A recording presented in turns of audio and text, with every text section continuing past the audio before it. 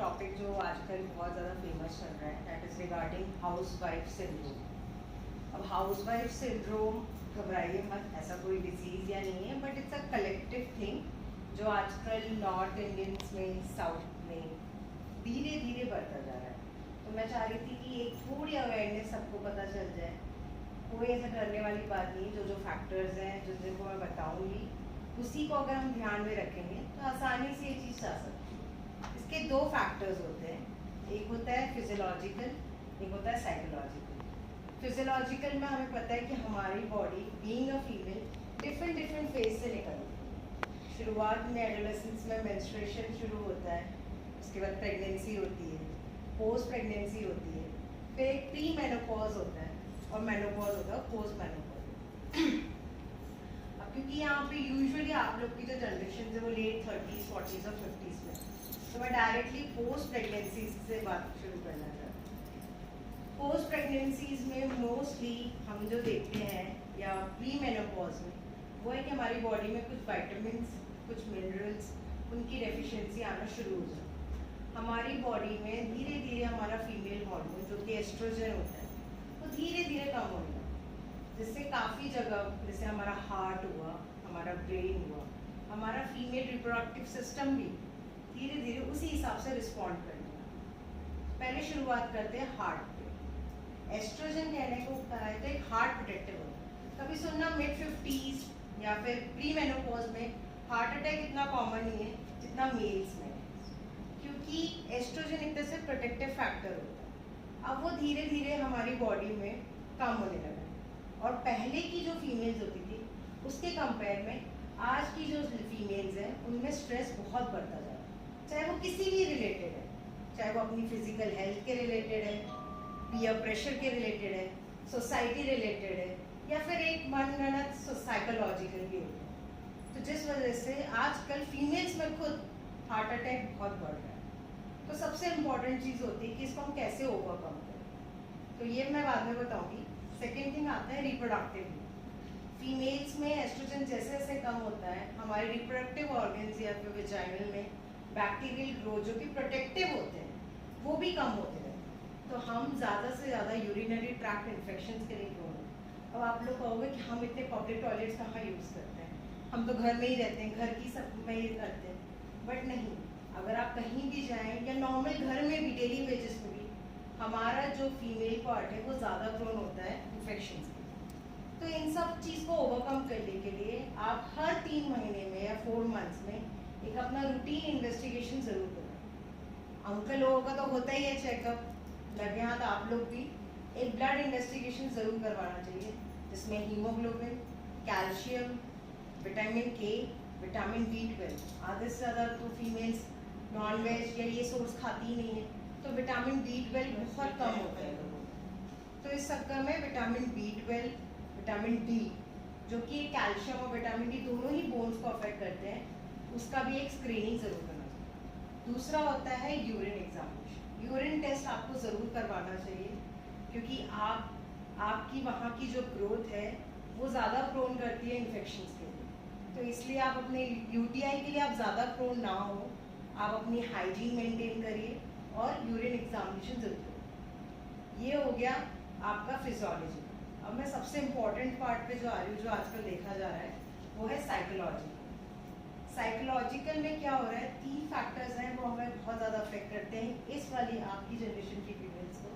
सबसे पहले है ओवरली मदरहुड वाला फील फैक्टर। ओवरली मदरहुड क्या है, अरे यार बच्चे सुबह नाश्ता क्या करके जाएंगे, बच्चों ने होमवर्क किया क्या, बच्चे स्कूल से कब आएंगे, बच्चे पढ़ने के लिए चले गए, चलो बच्चे की पढ़ाई हो गई, बच्चा कॉलेज में क्या कर रहा होगा, बच्चे ने फ़ोन नहीं उठाया मेरा, बच्चा अभी खाना खाया होगा, वो भी हो गया, अब बच्चा जॉब में मिल गई, बच्चे की शादी होगी कि नहीं, मोस्ट इम्पोर्टेंट। ये जो इनबिल्ट टेंशन्स हैं, जो ओवरली मदरहुड हो रहा है, वो आपको नहीं पता, बट आपके अंदर वो एक इनबिल्ट का स्ट्रेस डेवलप कर रहा है, जिससे कहीं ना कहीं आपके हार्ट में, आपके ब्रेन में कोई भी प्रोटेक्टिव हार्मोन्स होते हैं उसकी जगह नेगेटिव हार्मोन्स रिलीज होते हैं। आप फिजिकली तो काफ़ी अच्छे से आप जुम्बा कर ले, जिम कर ले, आप household work, no doubt आप लोगों का काम जो है हाउसवाइफ का वो इतना मल्टीटास्किंग है कि वो मेंटल एग्जॉर्शन को नहीं, फिजिकल एग्जर्ट करा देगा, बट ये जो स्ट्रेस है वो आपको धीरे धीरे मेंटली एग्जर्ट कर देता है। सेकेंड थिंग है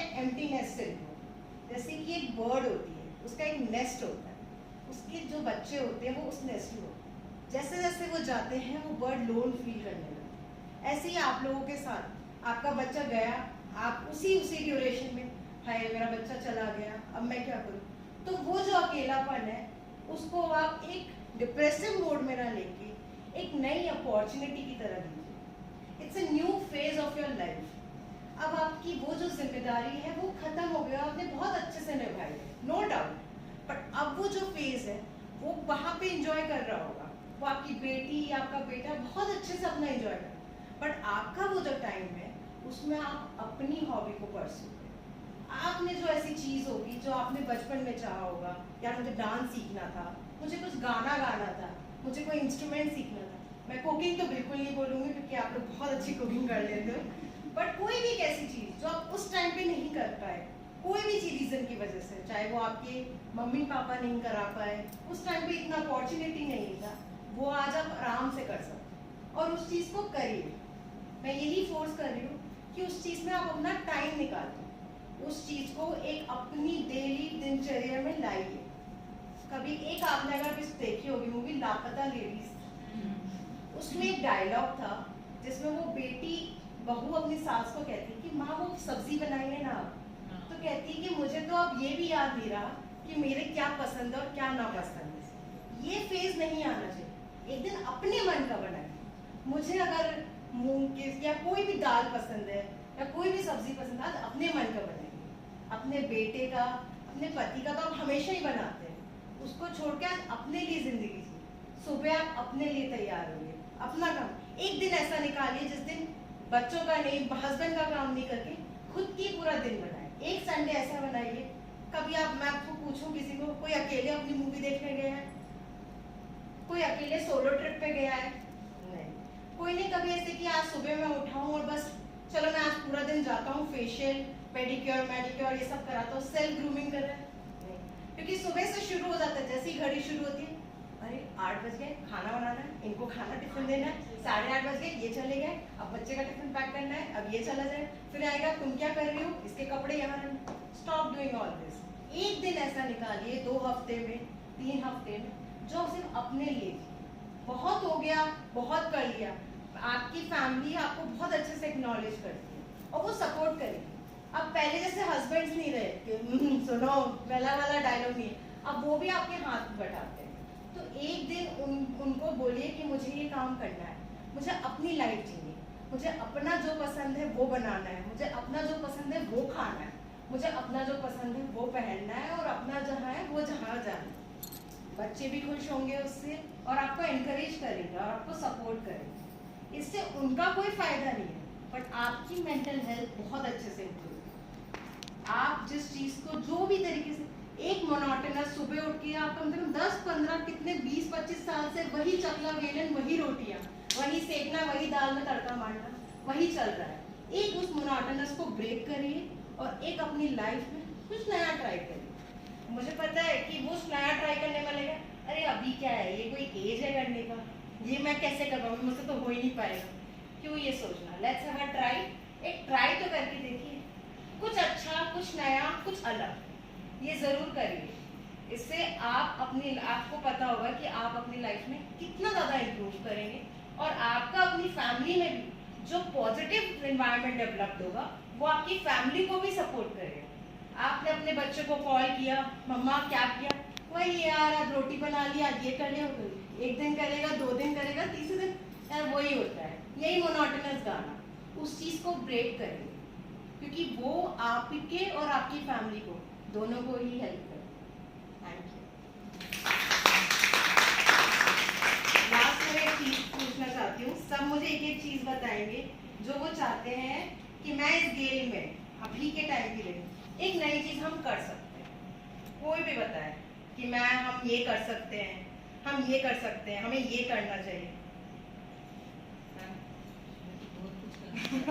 एक पॉइंट जिसके भी दिमाग में कुछ भी आए। मेरा एक छोटा सा सेशन इसीलिए ही था कि एक कुछ भी चीज आप लोग अपने माइंड को घुमाएं जो आपके मन में हो, आप एक लिस्ट लिखें कुछ भी कि यार मैं ये करना चाहती हूँ या ये है, उसको लिखें और उसको जरूर एग्जीक्यूट करें। पर्सनली मेरा जो है जो हॉबी जो पहले